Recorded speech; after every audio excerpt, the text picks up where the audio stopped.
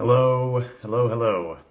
It's week 47 in Intuitive Momentum Fitness, and happy to be here with you, getting close to the end of January. And we've got some things we're talking about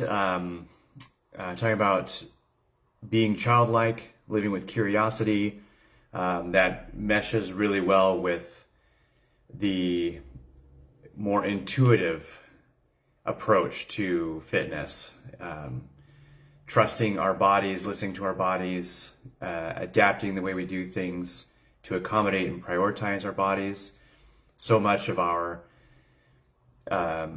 lives and culture, especially being the more empathic and sensitive ones, we've prioritized adapting and trying to make things more comfortable for other people and accommodate other people, and we often leave ourselves out of the equation. So remembering to prioritize our bodies, prioritize how we feel, it's, I think, the key not only to experiencing health when you haven't been, but also the key to living in your own power and your sovereignty. So really owning your life and moving forward with it in a big, powerful way. And, I've been on this journey for coming up on 19 years, and it's, I feel like there's always more that I'm learning. And more expanding that needs to happen and more healing that needs to happen. So definitely in the mix with you guys, and in the arena, battling it out, fighting it out, navigating and growing, expanding. So that's kind of the premise of this group. So if you ever get in a place where you feel like you're stuck and the program, whatever that is, isn't working for you, this is the program. Adaptation, looking for anomaly, looking for a new way to do things. That's why we're here. So please don't ever feel like you are failing somehow if you're doing it the way you think I want you to do it and it's not working. So always come up with the questions that you need to ask, and ask for the support that you need, because that is what this is actually about, is being able to adapt and flow and figure out a new way to do things, and recognizing that our lives change, circumstances change, schedules change, energy capacity changes, everything is adjusting. So as we go along, we're making all of these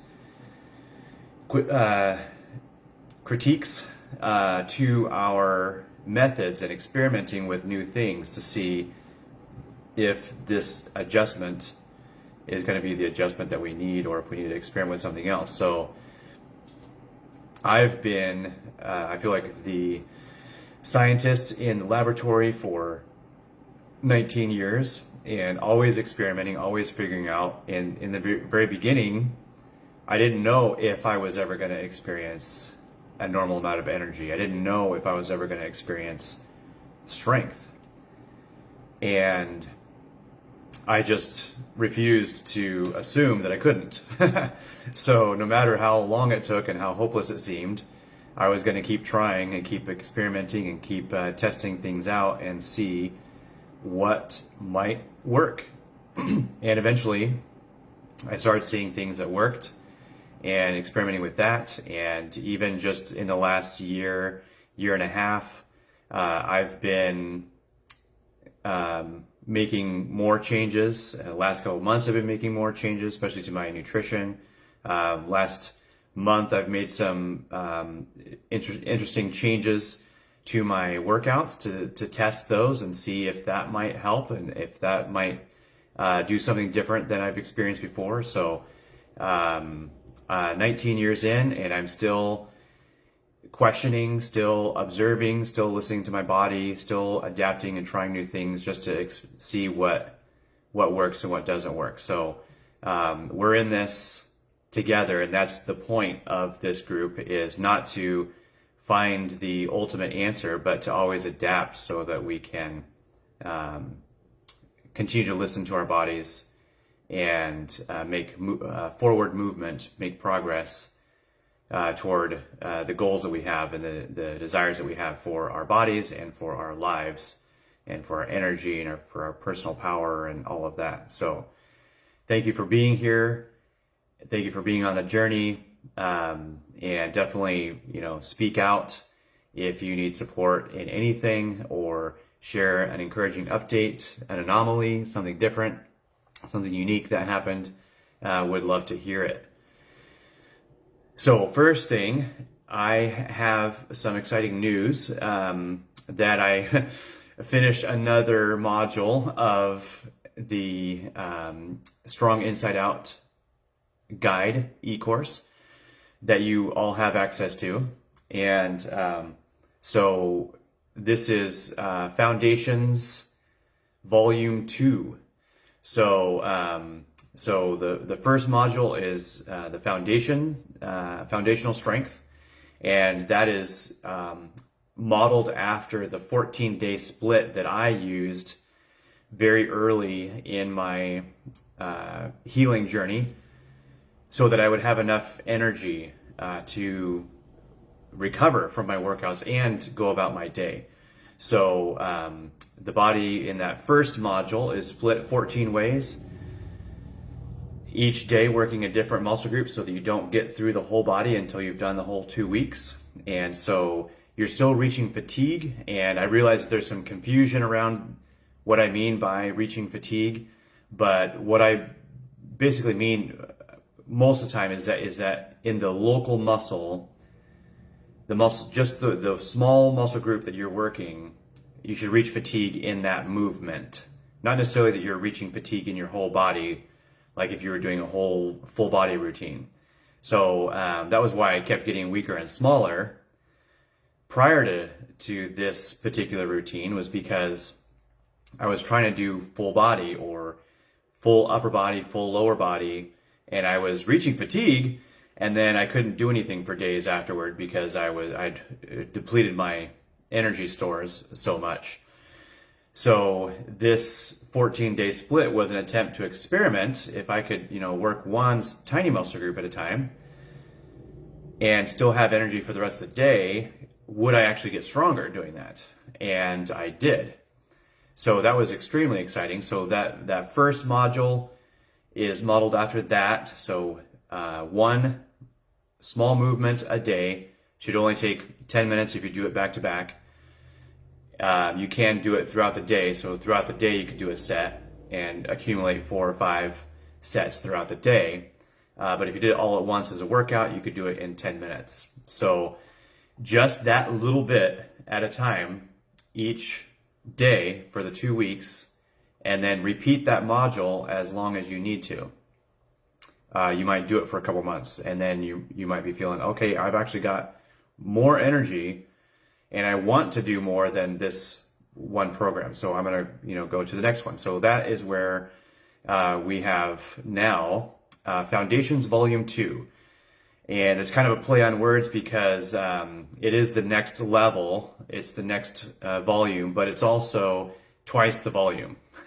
So it's the same exercises as the foundational strength first module, but it's doubled up in compatible ways so that it's a 7-day-a-week program, but you're just doing the 2 exercises each day and alternating back and forth between those 2 exercises. So that is just a kind of a slight ramp up from the first one. It still might take 10 minutes, might take 12 or 15, but it's going to be still quite efficient. And so if you've been doing the foundations for a while, then you can now try the volume 2. And then the rest of them are either 3 or 4 days a week because they are bigger muscle groups. It might be alternating upper body, lower body. So we've got the rest days in there. Whereas the first 2 modules, there's no rest days, but also it's a very small muscle group or a couple of muscle groups that you're working at a time. So you don't come back to that for 2 weeks, or in the second one, you don't come back to those same muscles for a week. So you're still getting a lot of rest time in there. So then the rest of the modules, I have already created. There's 5 more that are ready to go in, but I'm just kind of combing through them, and then I'll make them available as I'm able to, or as I finish them up, finish polishing them. So yeah, so that's an update on the e-course. So check that out when you're ready to do that. And then, yeah, so I kind of already touched on it, but I did want to talk about that explanation of reaching fatigue in strength training. For some people, it is, reaching full body fatigue in a full body routine. But for most of us, that's not great. So you've got this amount of energy, and if your workout takes this amount, then you're just going to dig yourself into a hole for your energy for the week. So that's not helpful, and that is the point of either doing a small number of muscle groups or one muscle group, so you're only taking a little bit of your energy stores, or a little bit bigger chunk and then not doing anything the next day. So you want to, in some way, be portioning out your energy expenditure. It's just like a savings account or a checking account. You can't be overdrawn all the time and function. So how do you do the things? Obviously you want some good income, so doing all the healthy things, meal timing, nutrient timing, lots of water, good rest, restful activities, going for a walk, doing some stretching throughout the day, timeouts if you can escape to the bathroom or whatever, where you don't have constant input. That would be your recharge moments throughout the day. But you do have expenses. So looking at your expenses and budgeting your energy expenses throughout the day, and then making sure that your physical exercise expenses are not going to be the ones to overdraw you. So that is one of the big concepts behind the way I structure the workouts that I offer, is budgeting your energy for the week, because that was really vital. That was absolutely key in my recovery. I would not have experienced anything different, anything beyond extreme fatigue or inability to build muscle, if I had kept approaching fitness the same way that I had been.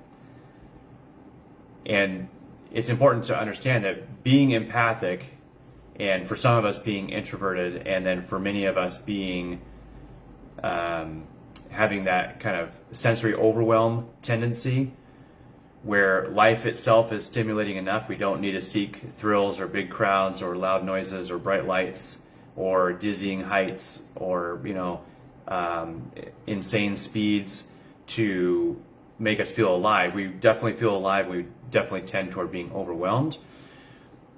If those are factors for you, then you are losing energy just being alive.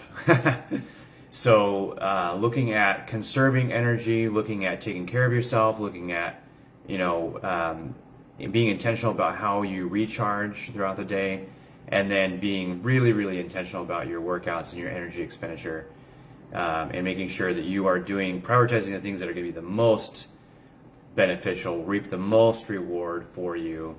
That's going to be really valuable, really important. So I'm going to jump to um,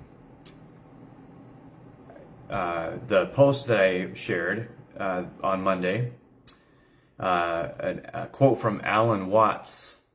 By replacing the fear of the unknown with curiosity, we open ourselves up to an infinite stream of possibility. We can let fear rule our lives, or we can become childlike with curiosity, pushing our boundaries, leaping out of our comfort zones, and accepting what life puts before us. And a small application of that was when I was trying to figure out if I could experience any amount of energy or any amount of strength. Because I was scared that was going to be the extent of my reality, and that I was not going to be able to experience anything better than that, because, supposedly I was in my youth, in my prime, and I was feeling that miserable. So what was it going to be like when I was actually older? And the way all of the 30 and 40-year-olds complained about their bodies and their joints and their back and everything. And I was like, if I'm experiencing this now, what is it going to be when I'm in my 30s and 40s? So I was like, I don't want to assume that that's all there is. So I decided to keep being curious and trying to push my boundaries and step out of my comfort zone and not accept the limits that I perceived. So so there's so many ways that we can do that, and I think that is one of the keys to positive life change, because we can get stuck in patterns, whether it's like relationship patterns, and I've had conversations with several of you about that, where it seems like we keep ending up in the same types of relationships, or financial patterns, kind of keep ending up in the same financial situations, or health patterns, keep ending up in the same health situations, or boundaries, or personal power, sovereignty stuff. So there's all these patterns, and we can definitely get stuck, but we can also get hopeless in that and just resign to, this is how my life is, this is how people are, this is how money is, or health, or whatever.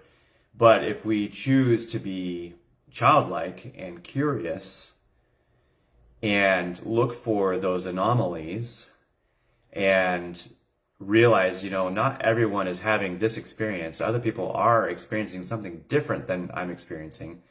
So maybe it's possible for me to experience something different than I'm experiencing. And sometimes that is where we're at, and that is the best we can do. We don't have answers yet, but we know that there are answers. And we can be playful about that and relax in our stress. And even just the relaxation and just like giving it a rest and not being obsessed so much. And just like, I know there's something good out there. I know there's something better than what I'm experiencing. And just trusting that for a minute, so that we can allow ourselves to be spoken to, for ideas to come, and little clues to guide us along the way. That's how I kind of feel that the health aspect and many other healing aspects of my life have been over the last 19 years. Just trusting along the way, and discerning and taking the next step. So as a reminder, the Institute of Heart Math tested the heart and the brain and found the heart was 60 times more magnetically powerful than the brain, and 5,000 times more, 60 times more electrically powerful and 5,000 times more magnetically powerful than the brain. And I think that's such an incredible picture of, we are often told not to trust our heart or be led by our heart. And that's merely because the mind cannot comprehend what the heart can comprehend.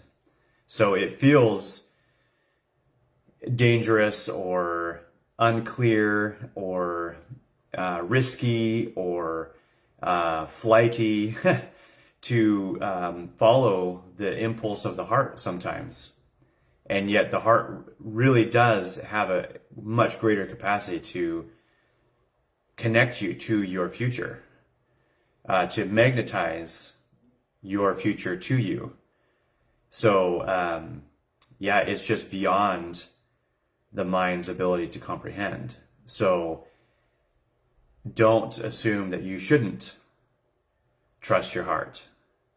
Stay with it. And, keep trusting your heart. So, so I do love the picture of being childlike, being curious. All of us are familiar with babies, and for me, it's like all my younger siblings and all my nieces and nephews. And there's just this incredible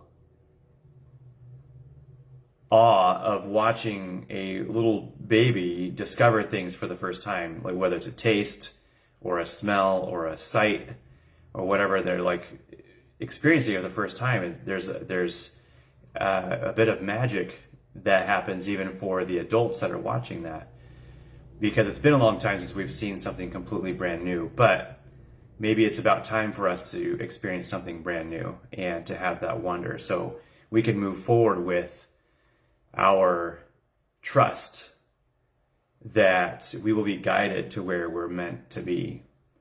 So, just wanted to encourage you with that, reinforce that concept, that idea.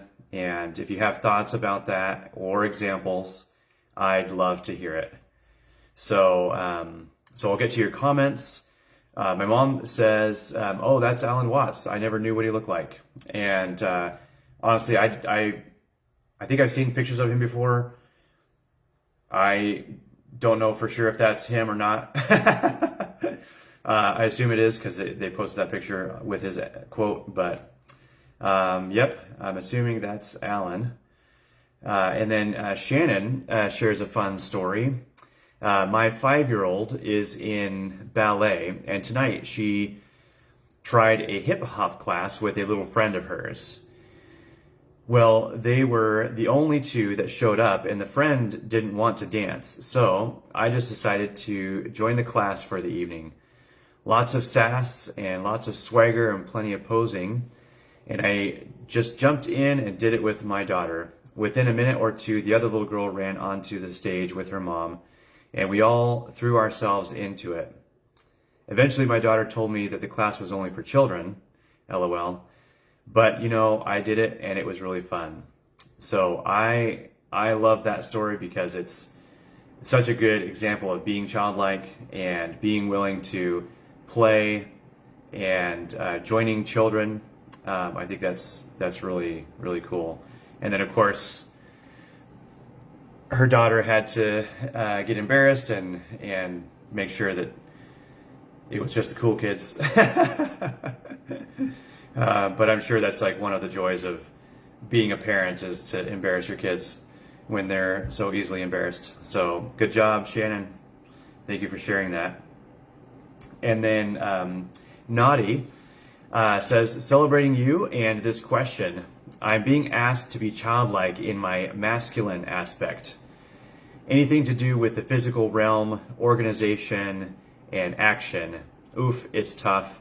I love flowing around with the waves of life, but man, do I need to balance that other side.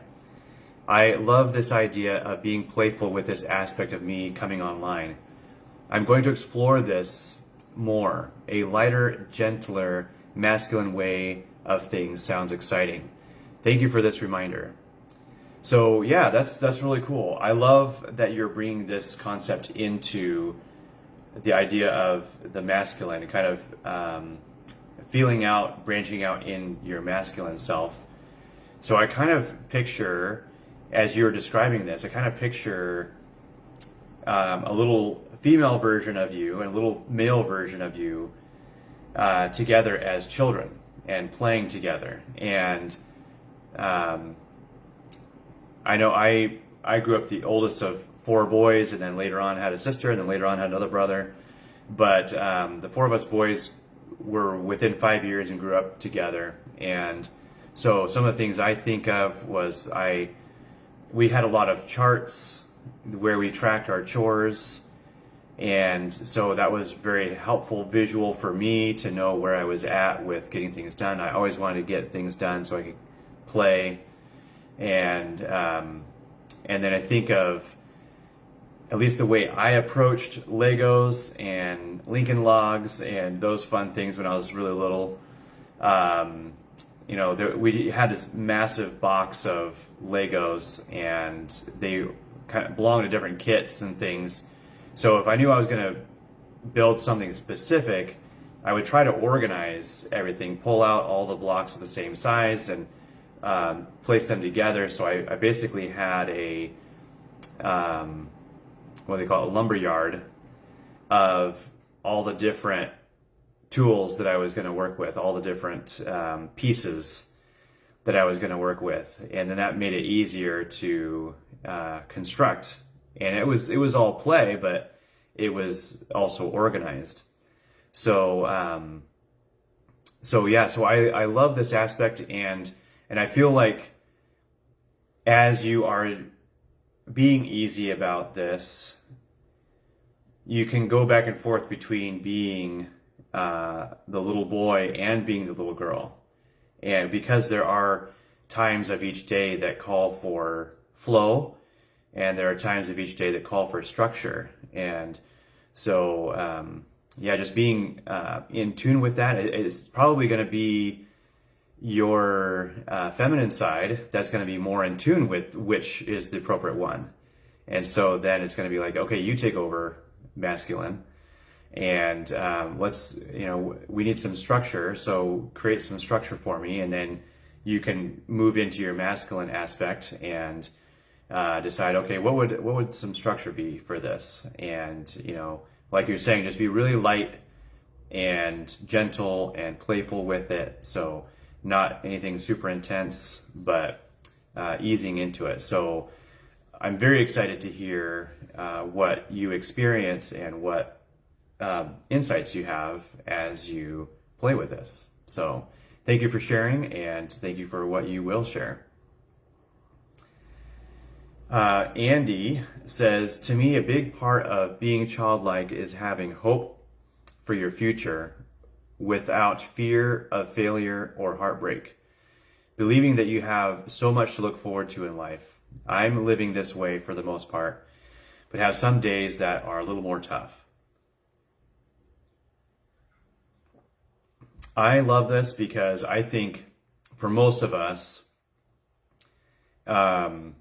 we had to leave that aspect of our childhood behind at an early age.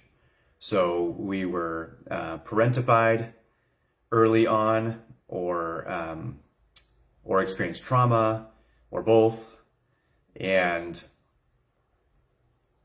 so we actually didn't get that much opportunity, that much time to be that aspect of childlike, to have that hope for the future and that optimism and that absence of fear of failure or heartbreak. So practicing that now is a really beautiful way to heal that part of us and to kind of process whatever comes up, whatever needs to come up. So I love that. Andy, if you have some examples of what you're experiencing with that, I'd love to hear that more. I think that's really beautiful. So thank you all for how you contribute to this conversation. It just brought so many aspects to it. So thanks, Andy. And then Manavit, please tell me if I'm not pronouncing your name right and give me some guidance on that. But Manavit, I love the name, sounds really cool. So childlike, yeah, this is so key. Thank you, Kyler. Last fall, I decided to take up a flamenco class just because I love it so much. There's so much to be said for doing a thing just because it makes you happy. Yes, perfect example. I love this. So we're talking earlier about looking at energy like finances, and you've got your checking account and maybe a savings account, and then your expenditures. So what's coming in, what's going out, and doing more things that fill you with joy, that make you happy, that are fun, that you love, are going to be things that bring you energy. So what are a couple things that you have not been doing that you really love to do, that you really should put in your schedule? And sometimes that's hard because it feels like life is so full and overwhelming, and there's not room for the fun things. It's just the overwhelming things and the responsible things. But is everything that you are doing truly something you need to do? Or is it something that you've just done for so long that everyone will freak out if you don't do it, even though it's not necessarily your responsibility?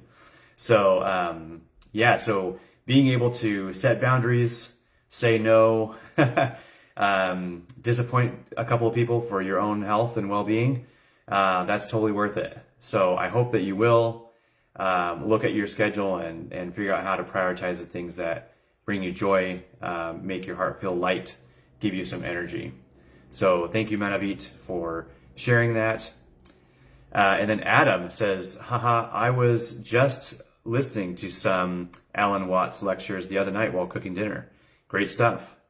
So it's amazing that we get to live in this age of YouTube and have access to so many amazing things. Of course, there's so many things that we don't want to have access to, but we do get to choose what we access. And so Alan Watts, Abraham Hicks, Amanda Flaker,